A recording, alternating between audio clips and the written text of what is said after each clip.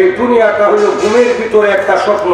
এই যে দুনিয়ায় আমি মাস্টার হব, বৈজ্ঞানিক হব, ইঞ্জিনিয়ার হব, জজ হব, ব্যারিস্টার হব, কোটি কোটি টাকা উপার্জন করব, এই যে স্বপ্ন আপনি দেখতেছেন এটা বাস্তবে স্বপ্নই থেকে যাবে। যেদিন আপনার আমার দুই চোখ বন্ধ হয়ে যাবে, প্রাণ বায়ু আলাদা হয়ে যাবে, ওই দিন আপনার স্বপ্ন ভাঙবে। ওই দিন দেখবেন আপনি মাটির নিচে, উপরে বাঁশের ছাউনি, নিচে মাটির বিছানা, ওই যে আপনি শুয়ে রয়েছেন। কথা বলেন ঠিক কিনা? আর জোরে বলেন ঠিক কিনা? এই জন্য এই কবি বলেন, জানে তো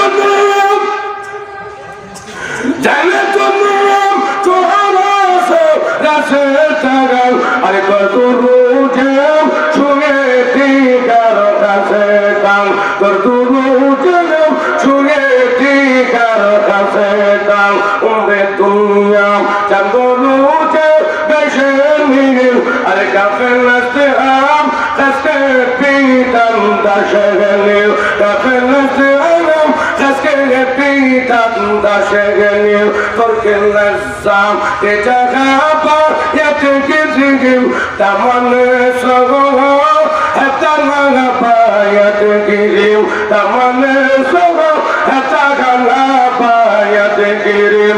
চিৎকার মেরে বলেন মারহাবা। কবি বলে, যেহেতু এই দুনিয়াটা ঘুমের ভিতরে একটা স্বপ্ন, যা পশা গান্দা কয়েকটি আরাম আয়েশ বুক বিলাস করার জন্য আল্লাহ তাআলা আপনাকে আমাকে পাঠাইছে। এই কথাও তো কোরআন শরীফের মধ্যে আল্লাহ তাআলা নিজেই বলেছেন, হায়াতুদ দুনিয়া ইল্লা মাতাউল গুরুর।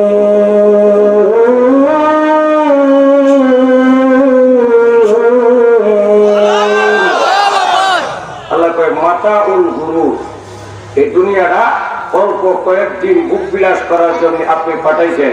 অনেকে চেষ্টা করতেছে, দেখবেন এই 3 তলা বিল্ডিং বানাবে, 3 তলা বিল্ডিং বানানোর জন্য ফাউন্ডেশন শুরু করে কাজ করছে। এমন সময় 1 তলার কাজ ছাদ ঢালাই করছে, 2 তলার ছাদ ঢালাই করার আগে নিজেই নিচের তলা।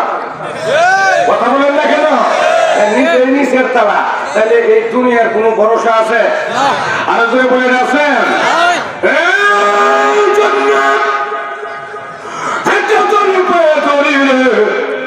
হাতে ধরে পায়ে ধরে বলে যায়, ও জামালপুর বকশীগঞ্জের মুরব্বী বাবারা, আপনাদের জন্য 2টা রাস্তা। 1 নম্বর রাস্তা যাওয়াতে তবলিগ,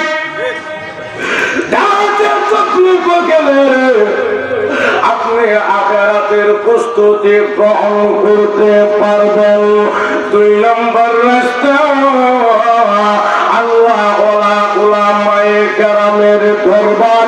চিৎকার করে বলেন ঠিক কিনা? যুবক ভাইদের জন্য রাস্তা মাদ্রাসা, ছোট বাচ্চাদের রাস্তা হলো মাদ্রাসা। মাদ্রাসায় আপনি ঢুকে যাবেন, বাবার জামিয়া ইসলামিয়া মাদ্রাসায় ঢুকে যাবেন।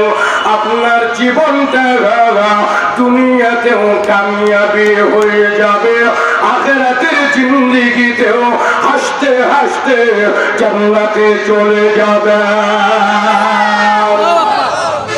ভাইরা আমার লম্বা কথা বলবো না, শর্টকাট কথা আপনাদের সামনে বলবো।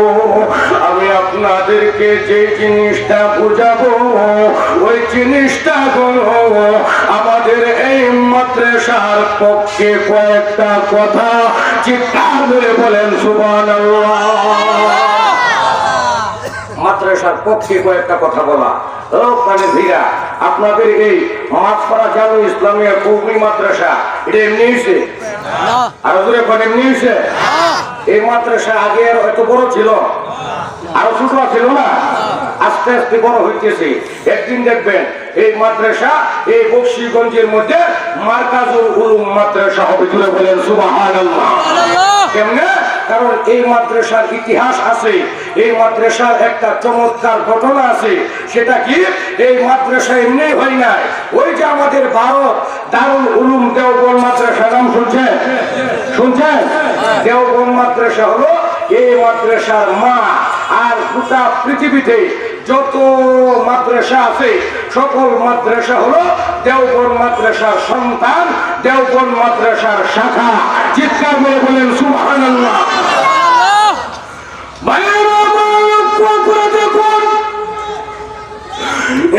মাদ্রাসার সম্পর্ক যে মাদ্রাসা দেওবন্দের সাথে বাবারে, ওই দেওবন্দ মাদ্রাসাও কিন্তু একদিন মার্কা ছিল না।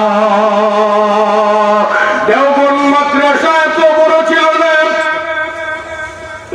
বারে দেওবন্দ কাসেম নানুতুবি রহমাতুল্লাহি আলাইহি দেওবন্দ মাদ্রাসার প্রতিষ্ঠাতা মুহতামিম বাবারে, ছোট্ট একটা ডালিম গাছের নিচে মুসলমানদের সন্তানদেরকে মাদ্রাসা পড়ান।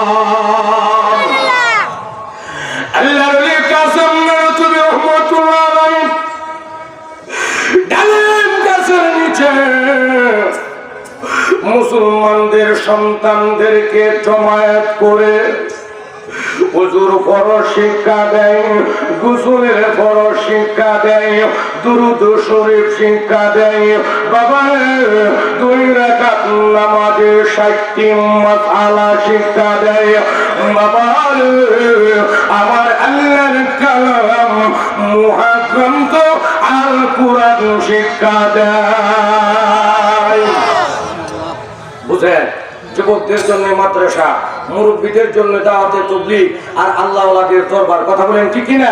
ভালো করে খেয়াল করে দেওবন্দ মাদ্রাসার ইতিহাসটা ধরে। ও প্রাণী ভিড়া কাসেম নানুতুবি ডালিম গাছের নিচে বসে বসে ছাত্রদেরকে এইভাবে পড়ায়া রাত্রের বেলায় ঘরের মধ্যে যায়া সুন্দর করিয়া সুন্নত তরিকায় ঘুমাইতেছে। এমন সময় ঘুমের মধ্যে আল্লাহর পয়গম্বর বিশ্বনবী সরকারে দু আলম আমাদের নবী বিশ্বনবী রাহমাতুল লিল আলামিন মুহাম্মদুর রাসূলুল্লাহ সাল্লাল্লাহু আলাইহি ওয়াসাল্লাম স্বপ্ন যুগে কাসেম নানুতুবি রহমাতুল্লাহ আলাইহির সামনে হাজির হয়ে গেছে। সুবহানাল্লাহ, সুবহানাল্লাহ।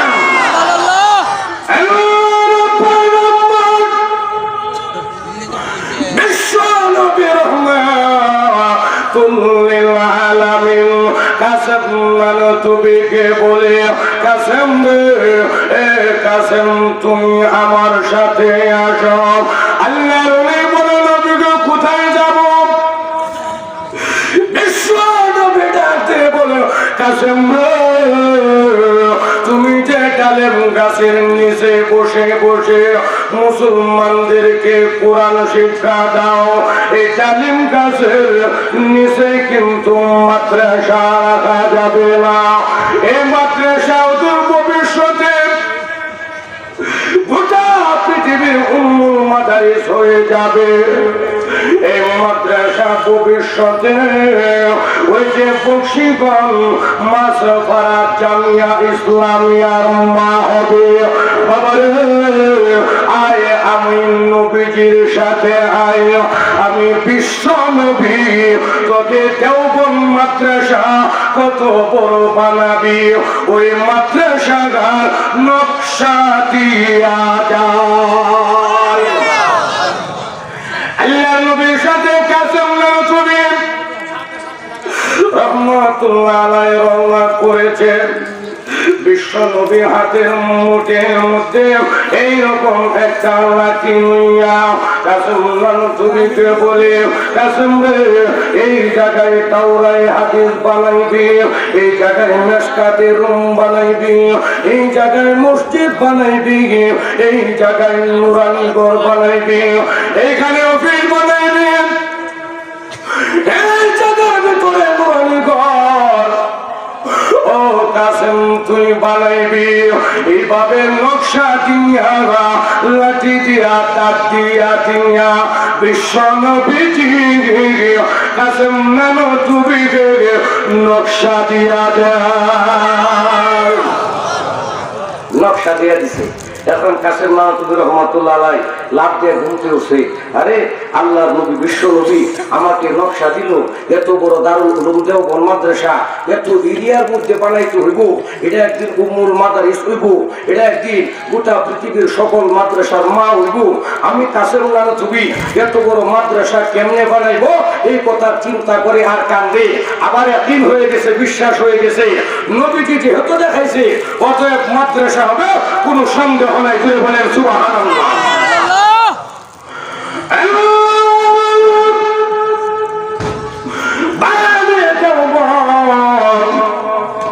সকালবেলা ঘুম থেকে উঠে পড়েছে, বাবার ঘুম থেকে উঠে কাসেম নানতুবি থেকে ওই যে রাত্রের বেলা বিশ্ব নবী লাঠি দিয়া দাঁত দিয়া নকশা দিয়েছিল, প্রত্যেকটা দাগের মাঝখান দিয়া এলেমের নূর ঝলমল ঝলমল করে।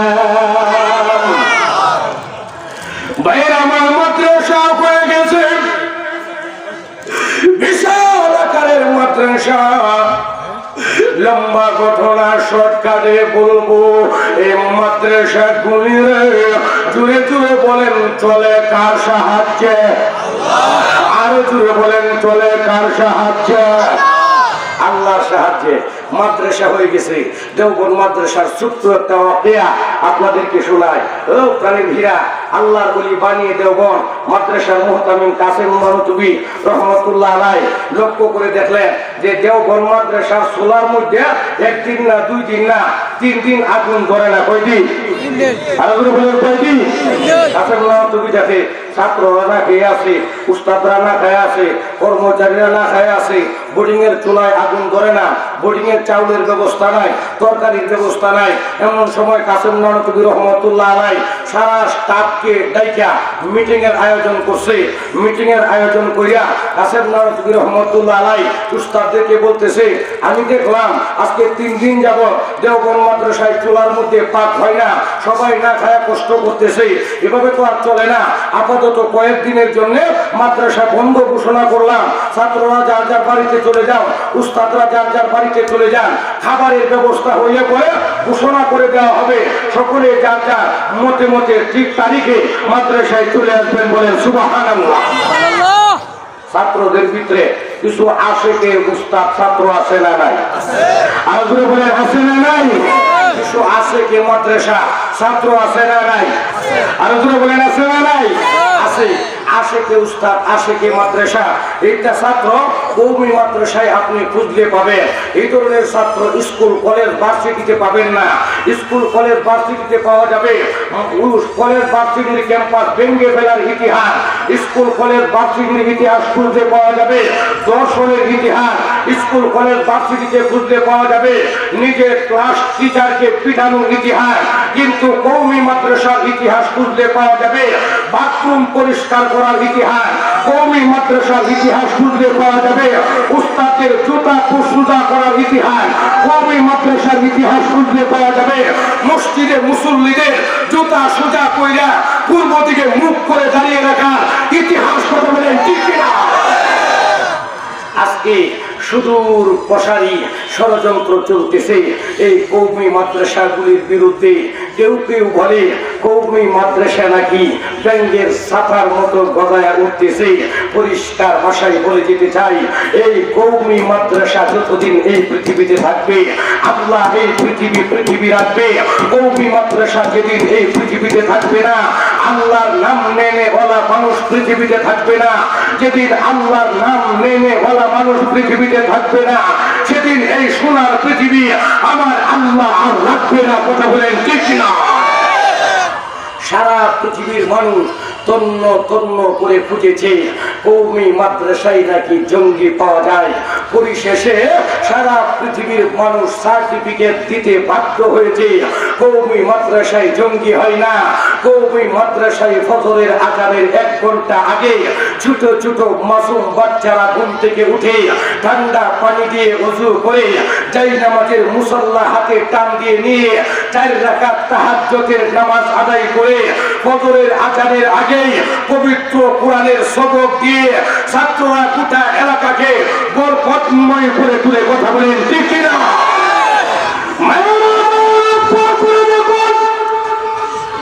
ছাত্রদের ভিতরে কিছু আশেকে ছাত্র আছে, আশেকে উস্তাদ ছাত্র আছে।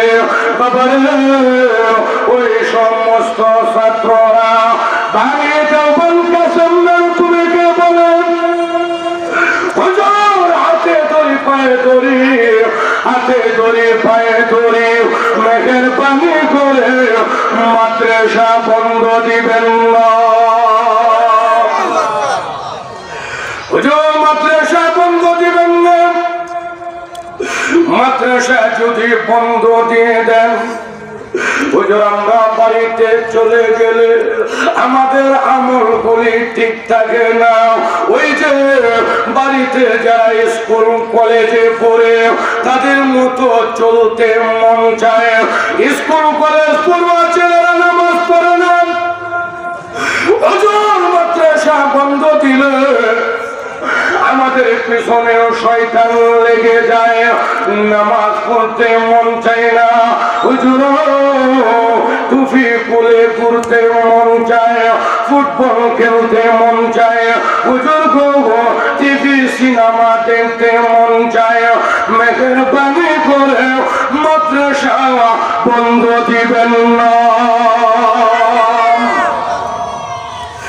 মাদ্রাসার নবী স্থলে বলেন এমন চশমার স্পিড ভালোবাসা দেখে বানিয়ে দেওবন কাসেম নাম তুমি বলে না মাদ্রাসা বন্ধ দিলাম না। উস্তাদরা যার যার রুমে চলে যাও, ছাত্ররা যার যার ক্লাসে চলে যাও, মাওলার কাছে চাও। মাওলা হলো রিজিকি দেনেওয়ালা। কাসেম নানো তুমি কই ঠিক আছে যাও, মাদ্রাসা বন্ধ দিলাম না, যার যার পাশে চলে যাও, উস্তাদরা যার যার রুমে চলে যান, আল্লাহর কাছে চান। আল্লাহ চাইলে আমাদের রিজিকের ব্যবস্থা করবে, কারণ আল্লাহ কোরআন শরীফের মধ্যে বলছেন রিজিকের মালিক আমার আল্লাহ। জুড়ে বলেন কে? আরো জুড়ে বলেন কে?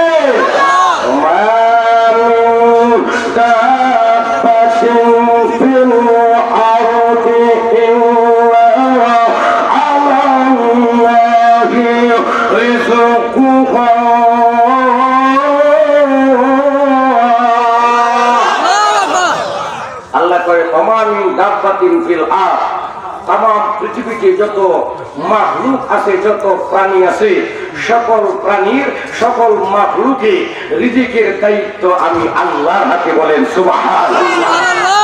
আফসোসের সাথে বলা লাগে, দেখেন একটা বাস্তব কথা আপনাদেরকে শোনায়। গোটা পৃথিবীতে যত মাখলুক আছে একমাত্র মানুষ জাতি ব্যতীত অন্য কোন প্রাণী একবার খাওয়ার পরে আরেকবার খাওয়ানোর টেনশন করে না। ওই টেনশনের দায়িত্ব আল্লাহর উপরে ছেড়ে দেয়। কথা বলেন ঠিক কিনা? শুধু মানুষ জাতিটাই একবার খায়া আরো 3 বেলা 4 বেলা 5 বেলা 1 বছরের খাবার স্টক করে রেখে দেয়। এটা হারাম হোক আর হালাল হোক, জোরে বলেন কথা ঠিক কিনা? এটা হলো আমাদের মানুষের চরিত্র। অথচ আল্লাহ পাক রব্বুল আলামিন পবিত্র কোরআনুল কারীমে আরেক আয়াতের মধ্যে এমন কথা বলেছেন। কি কথা? আল্লাহ পাক বলেন ওমা তাদরিগে নাফসুম মাযা তাকসিবু ওয়াদা। আসলে নাই আল্লাহ কয় ওমা তাদরি নাফসিন মাযা তাকসিবু গাদা। ও পৃথিবীর মানুষেরা, তুমি আগামী কালকে সকালবেলা কি খাবে এটাও তুমি বলতে পারো না আমি আল্লাহ ছাড়া। জোরে বলেন কথা ঠিক না? অনেকের মনে মনে বলতারেন হুজুর আগামীকালকে বিকালবেলা আজকে গরুর গোশত কিনছি, মাছ কিনছি, এটা সকালবেলা পাক করে আমরা খাবো, এটা তো আমরা জানি না। আপনি জানেন না, কথা বলেন ঠিক না? জানেন না, কারণ আমি দেখেছি অনেক সময় এরকম ঘটনা, খাবারের প্লেট সামনে আইছে, আমি প্লেটটার মধ্যে গরুর গোশত নিছি, ভাত নিছি, সালাদ নিছি, পানি খাওয়া শুরু করব, এমন সময় সংবাদ আইছে বক্সিগঞ্জে তোমার বাবা অ্যাক্সিডেন্ট করে মারা গেছে। কথা বলেন, খাবার পেটে যাবে? ধরে বলেন যাবে? আপনার সামনে খাবার রেডি, আপনি খাইতে বসবেন, এমন সময় আপনার কাছে সংবাদ এসেছে ওখানে ভিড়া বালুকায় 50 কোটি টাকা দামে ইন্ডাস্ট্রি পুইরা সরকার হয়ে গেছে, খাবার পেটে যাবে? আরে বলে জোরে বলেন যাবে? যাবে না। তাহলে জুড়ে বলেন রিজিকের মালিক কে? আরো জুড়ে বলেন কে? রিজিকের মালিক আল্লাহ। বানিয়ে দেও কোন কাছের নানা তুমি বলে আল্লাহ যেহেতু রিজিকের মালিক, আল্লাহর কাছে রিজিক চাও, আমার আল্লাহ চাইলে আমাদের রিজিকের ব্যবস্থা আজকের মধ্যেই করে দিতে পারে। চিৎকার মেরে বলেন সুবহানাল্লাহ।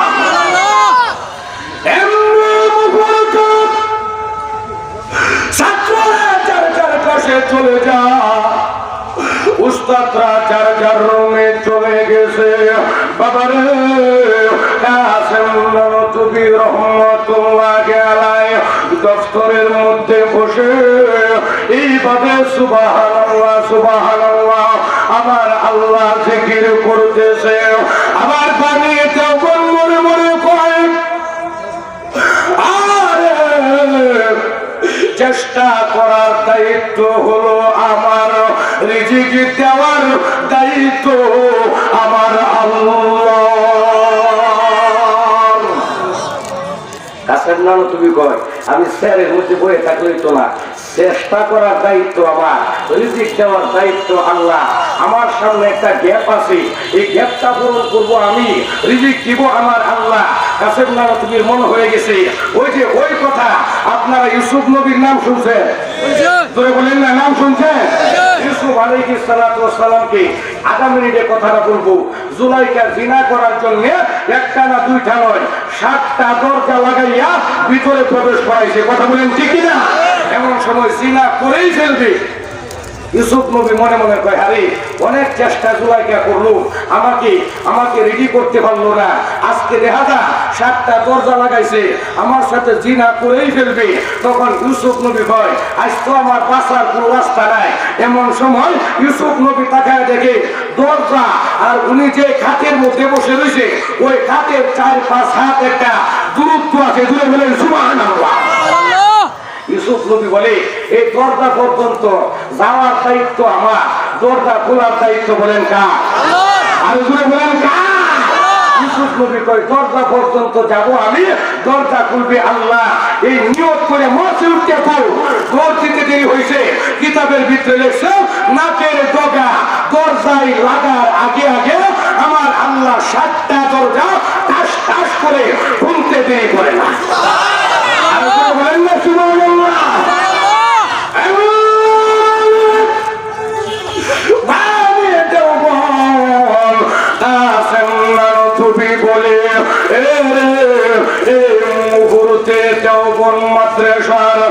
নদীর কাছে রাত্রের বেলা বড় একটা জাহাজ প্রবেশ করবে। ওই জাহাজে বড় বড় মালের কাজ ব্যবসায়ীরা নিয়ে আসবে। আমি কাসেম তুমি বসে থাকবো না, আমি কাসেম তুমি ওইখানে যাইয়া কুলিগিরি করব, চেষ্টা করার দায়িত্ব আমি কাসেম নবীর, রিজিক দেওয়ার দায়িত্ব আমার আল্লাহ।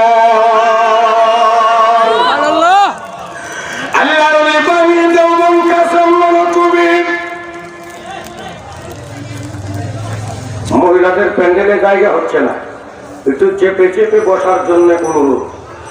সম্মানিত মা বোনেরা, আমার কাছে চিঠি আসছে, আমি জানি না, তবে চিঠি আসছে আপনাদের প্যান্ডেলে জায়গা সংকুলন হচ্ছে না। অতএব ও আমার সম্মানিত মা বোনেরা, আপনারা মেহেরবানি করে একটু চেপে চেপে বসেন, অন্য আমার মা বোনদেরকে বসার সুযোগ করে দেন। বলেন আমিন। জোরে বলেন আমিন।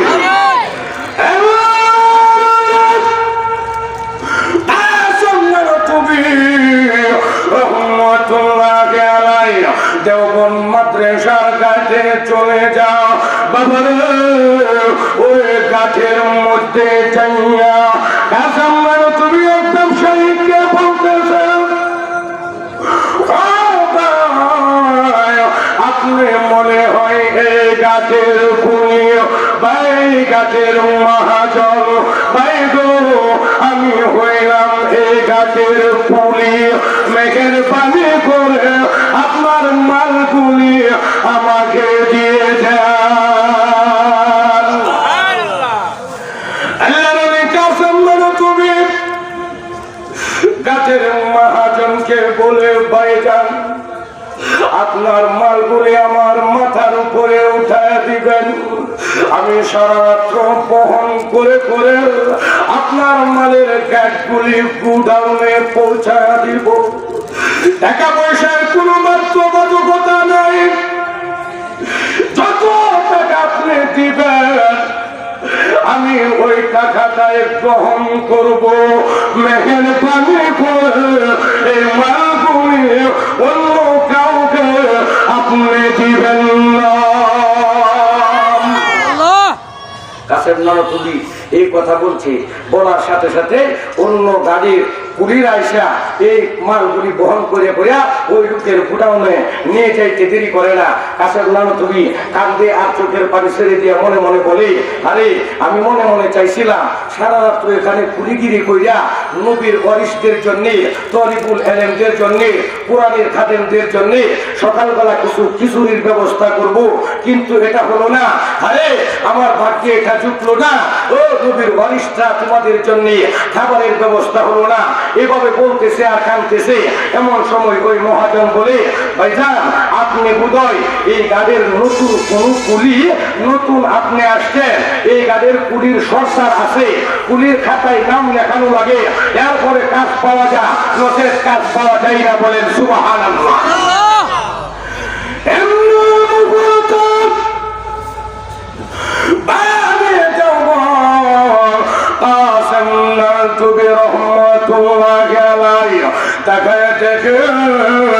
ওই যে দেখা যায় আরেকজন মহাজন এত বড় একটা টান নিয়ে, বিশাল বড় একটা ট্রাক নিয়ে একজন কুলি তালাশ করতেছে। কাসেম নানতুবি রহমাতুল্লাহ আলাইহি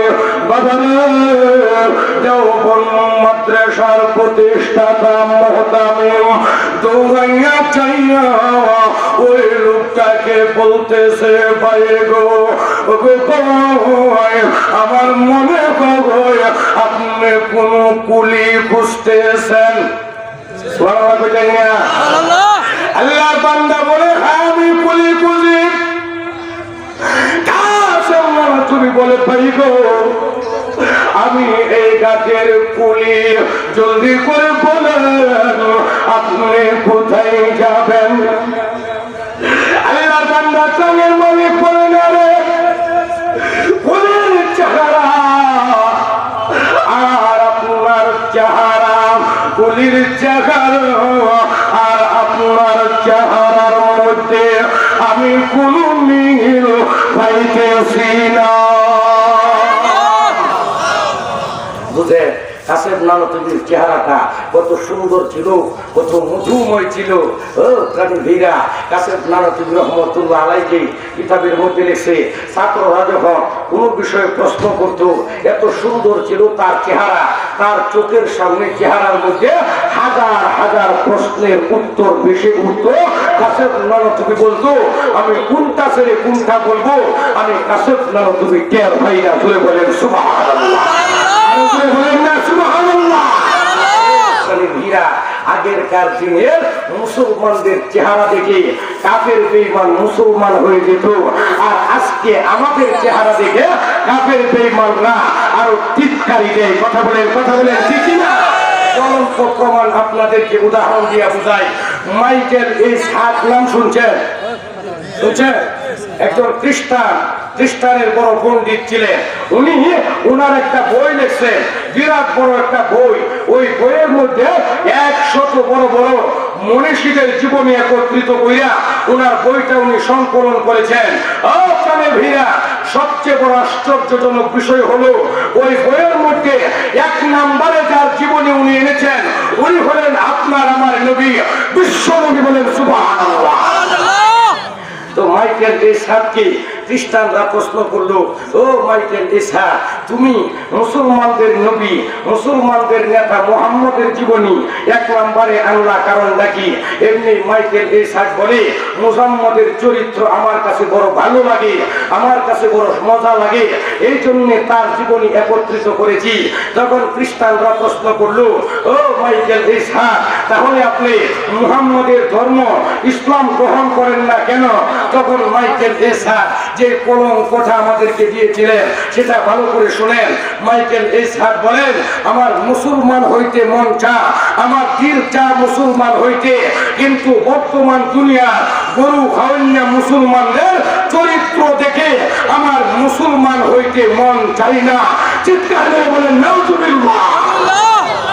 দেখেন আমরা কেমন চরিত্রের অধিকারী, আমাদের মুখে দাড়ি নাই, আমাদের চরিত্র হলো হিন্দু বৌদ্ধ খ্রিস্টানের মুখে দাড়ি নাই, আমার মুখেও দাড়ি নাই।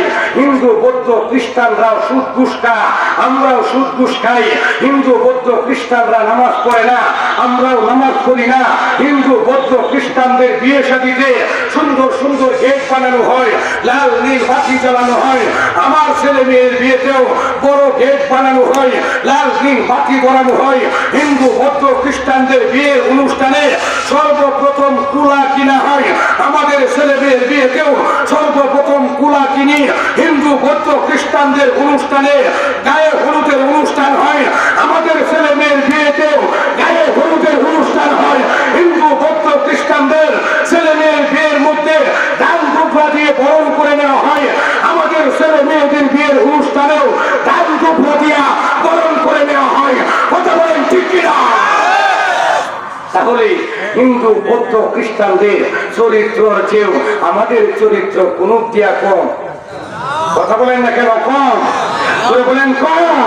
যদি বলি এই ধরনের কথা, ও ভাই উল্টা পাল্টা করবা, বয়স তো 70 হয়েছে, বয়স তো 60 হয়েছে, বয়স তো 40 হয়েছে, বয়স তো 30 পার হয়েছে, এবার নবীর আদর্শ জীবনে ফিট করো। আমরা উল্টা বয়ান দেয় কি জানেন? আমরা কই, বেডা হুজুর আমার কি এখন সময় হয়েছে, বয়সটা আরেকটু বাড়ো। বয়সটা আরেকটু বাড়ো, এরপরে নামাজ রোজা দাড়ি নবীর তরিকা মানতাম না। এই কথার উত্তর কবি সুন্দর করে দিয়েছেন। কেমনে জানেন? মুসলমানের মানুষের বয়স আসলে পারে না। কবি বলেন,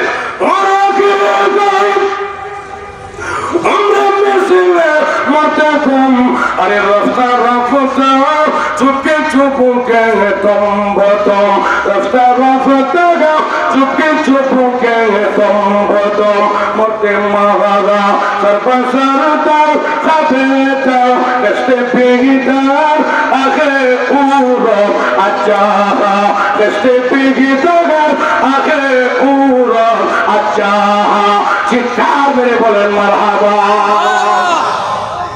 যারা বলে বয়স বাড়লে পরে লাইনও আসবো, আমি তাদেরকে বলি আসলে বয়স বাড়ে? বলেন যে বাড়ে। আপনাদেরকে উদাহরণ দিলে সহজে বুঝবেন। বরফ চিনে? এগুলো না বরফ চিনে? বক্সিগঞ্জ বাজারতে যদি এত বড় বরফের একটা চাক্কা এই জায়গায় নিয়ে রাখে, 1 ঘন্টা 2 ঘন্টা পরে আইলে ভাবে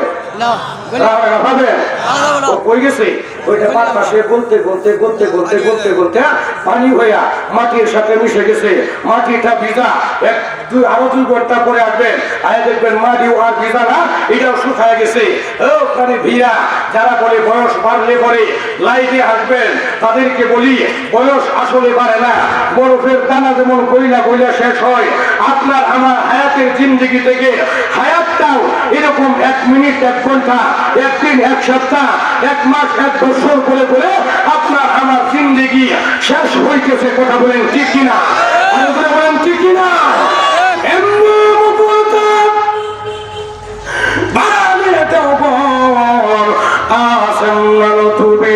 রহমতুল্লাহ আলাই বলে, বাবারে আমার চেহারা আর কুলির চেহারা মিল আছে কিনা এটা তোমার জানার দরকার নাই।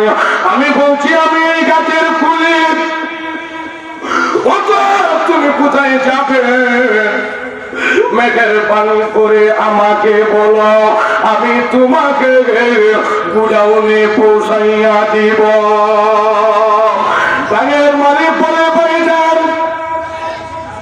আমি এই এলাকায় নতুন আগমন করেছি, এই এলাকার রাস্তাঘাট কিছু চিনি না ভাই গো, আপাতত এই টাঙ্কা সহ আমাকে শহরের বাবু কোন হোটেলে উঠাইয়া দিন। আমার আরো মাল সামান আছে জাহাজের ভিতরে, ওইগুলা সকালবেলা নিব।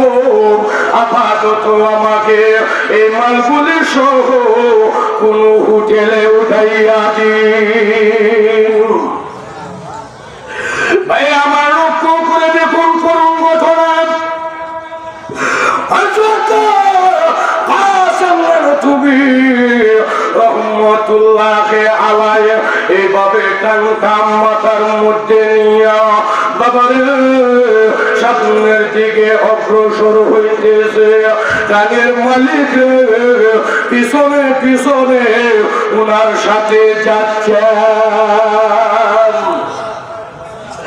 হঠাৎ করে গানের মালিক তাকে দেখে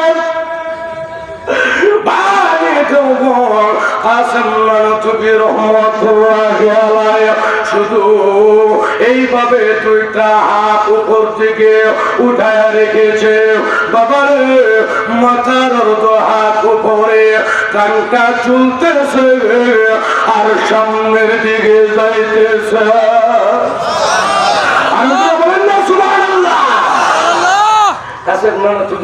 এইভাবে দুইটা হাত উপরের দিকে উঠায় রাখছে আর ঠান্ডা মাথার অর্ধ হাত উপর দিয়া ঝুঁকতেছে আর যাইতেছে।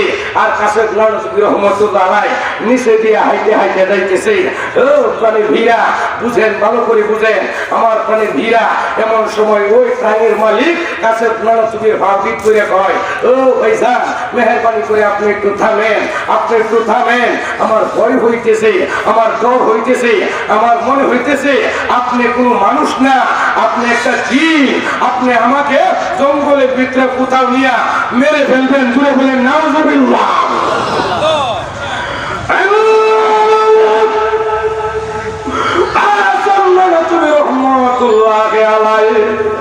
তাগের মালিককে লক্ষ্য করে বলে, পাই গো আমি আসলে কোন জিন না, আপনি কে? আমি গোলাম দেওবন মাদ্রাসা প্রতিষ্ঠাতা মুহতামিম কাসেম নানতুবি। তাগের মালিক আরো জোরে পরে জুড়ে ধরছে, লক্ষ্য করে বলে, হুজুর মেঘের বাণী করে আমাকে মাফ করে দিবেন। হুজুর আমি তো আপনার খুঁজে এই দেওবন এসেছি। হুজুর বলে, কেন রে? ওই গ্রামের মালিক বলে, হুজুর আজকে থেকে 1 দিন না 2 দিন না 3 দিন আমি বিছানায় ঘুমাইতে পারি না হুজুর। রাত্রের বেলা যখন চক্ষুগুলা বন্ধ করি এমনি মুহূর্তে আমার আল্লাহ আমাকে স্বপ্ন দেখা, তোমাকে টাকা দিয়েছি, ফোন দিয়েছি, দৌলত দিয়েছি, রিজিক দিয়েছি আমি আল্লাহ তাআলা। আমার দেওয়া সম্পদ ব্যাংক ব্যালেন্সের ভিতরে রাইখা তুলনা দেখিয়া কুমার না রে, জলদি করে টাকা লো, পয়সা লো। ওই যে দেওবন্দে যাওয়া, দেওবন মাদ্রাসায় যায়া দেখ আমার কোরআনের খাতেম গুলি, নবীর ওয়ারিস গুলি না খায়া আছে। জলদি করে যাওয়া, টাকা পয়সা লইয়া মুহতামিম সাহেব কাসেম নানতুবির কাছে যাও। হুজুর আজকে 3 দিন যাবত ঘুমাইতে পারি না,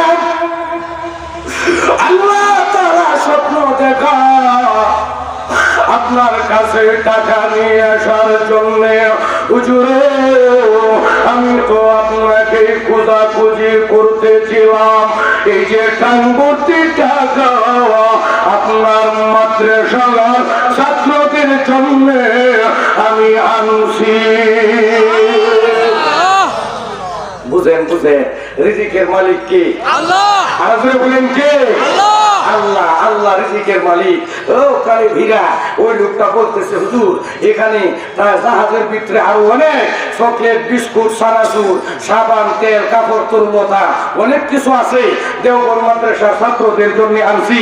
হুজুর আপাতত এই টাকাগুলা নিয়ে ছাত্রদের খাবারের ব্যবস্থা করেন, আগামীকালকে সকালবেলা অন্য অন্য আসবাবগুলি মাদ্রাসার জন্য দেওয়া হবে। চিৎকার মেরে বলেন সুবহানাল্লাহ।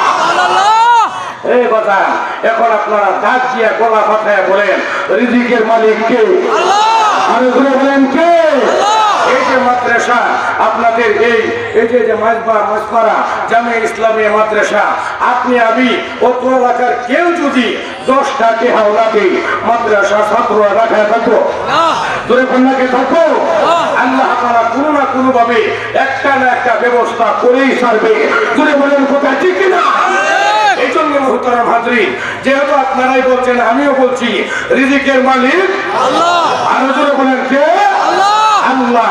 আমার মোহতামিম সাহেব এবং অত্র এলাকার মাদ্রাসার কমিটির আমার বাবারা ভাইরা আমাকে বলছেন, হুজুর মাদ্রাসার একটা ঘরের প্রয়োজন, একটা ঘর করা খুবই জরুরি। একটা ঘর করা কি বলেন কি খুবই জরুরি। হুজুর একটা ঘরের ব্যবস্থা যদি শ্রোতারা, অনেক শ্রোতা আছে, তাদের মাঝখান থেকে যদি করে দিতেন হুজুর অনেক উপকার হইতো। আমি বললাম আচ্ছা ঠিক আছে ইনশাল্লাহ করে দিবনি, যদি আল্লাহ তাআলা সহায় হয়। চিৎকার মেরে বলেন আমিন। আচ্ছা শুনেন, আল্লাহ পয়গম্বর বিশ্বনবী কয়জন সাহাবীকে জান্নাতের টিকিট দিয়েছে? জবান না খুলে বলেন না কয়জন? 10 জন সাহাবীকে জান্নাতের টিকিট দিয়েছে। আল্লাহর নবী ডাক দিয়েছে, আবু বকর এই যে টিকিট, ওমর এই যে, আলী এই যে, উসমান এই যে, তালহা এই যে, জুবাইর, সাঈদ, আব্দুর রহমান ইবনে আউফ, সাদ বিন আবি ওয়াক্কাস, এই যে তোমাদেরকে জান্নাতের টিকিট দিয়ে দিলাম। এই টিকিটগুলো নিয়ে তোমরা কবরে চলে যাবে। কবর যাইতে দেরি হবে, আল্লাহ তোমাদের কবর জান্নাতের বাগান বানাইতে দেরি করবে না। বলেন না সুবহানাল্লাহ। মানে ভিড়া এরকম এই মজমারার মধ্যে থেকে, পুরা মজমারার ভিতর থেকে সভাপতি সাহেব আমাকে বলছে, হুজুর 20 ভাগ 3 হইলে মাদ্রাসার ঘরটা আমরা শুরু করতে পারি। 20 ভাগ 3 আমরা যদি এরকম নিয়ত করি পুরা মজমার ভিতর থেকে, যে 10 জন লোক কলিজার টুকরা মা মান নামে 1 ভাগ 3 দিব, সোনার টুকরা বাবা, যেই বাবা